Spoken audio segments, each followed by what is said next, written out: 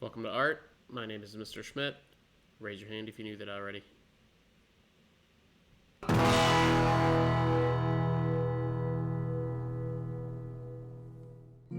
Oh, hello. I didn't hear you come in. I'm down here. No, down here.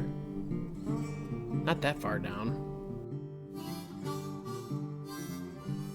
Hey, it's me, Mr. Schmidt. Yeah. I know what you're thinking. You've seen this before. It's not actually you. It's just a face you drew, and you're using your real mouth to make it look like you're a character or something, but we all know the truth. Listen, it's me, Mr. Schmidt, and I've got a problem. I've been cartoonified. Truly. See how my head is too big for my body? My entire self has been simplified. My nose is just a curved line. My chin has rounded out instead of handsomely chiseled and well-proportioned like it usually is.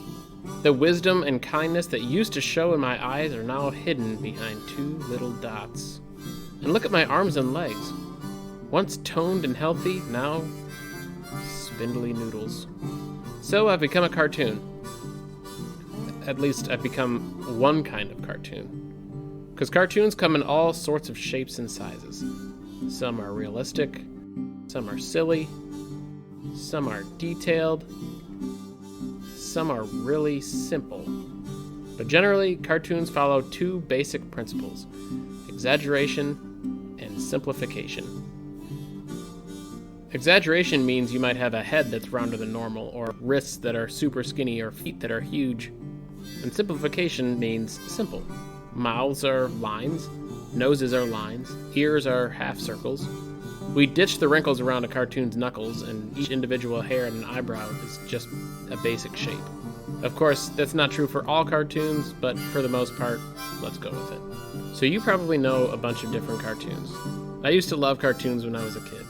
I still do. The cartoons that I watched and read really had an impact on the way I draw now as a professional adult. I read a lot of comics and watched a lot of Nickelodeon movies, Simpsons, and Disney when I was learning how to draw. And I think that you can see some of the parts of the art styles in the way that I draw now. Today, I want you to come up with a cartoon character. Think about how simple shapes and lines can stand in place of normally complex facial features. There are lots of different styles to think about when you make your character, so feel free to explore and experiment, but I'll give you a few examples of different eyes and noses and mouths that you can use if you'd like. Also, like we did when we drew monsters, think about the context of your character. What does he or she like to do? What makes him or her unique? Add these little clues in your drawing to make your artwork even more interesting. What you'll do, create a cartoon character. Use the examples a little later in this video as a guide to help you if you want, and add some context to your artwork and the details of your character. What you'll need: a piece of paper, something to draw and color with. Here are some examples you can use to add to your face. Pause the video here for a longer look, and don't forget to add the body and the details.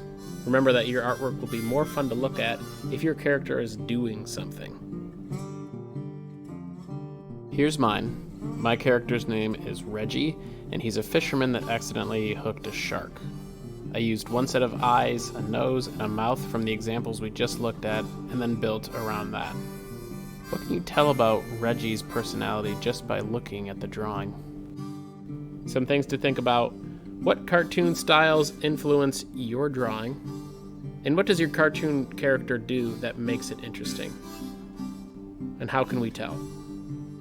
Okay, everyone, that's it. Get to it. Have fun. Be safe. And I will see you all next week. And hopefully I'll be a real-life human again.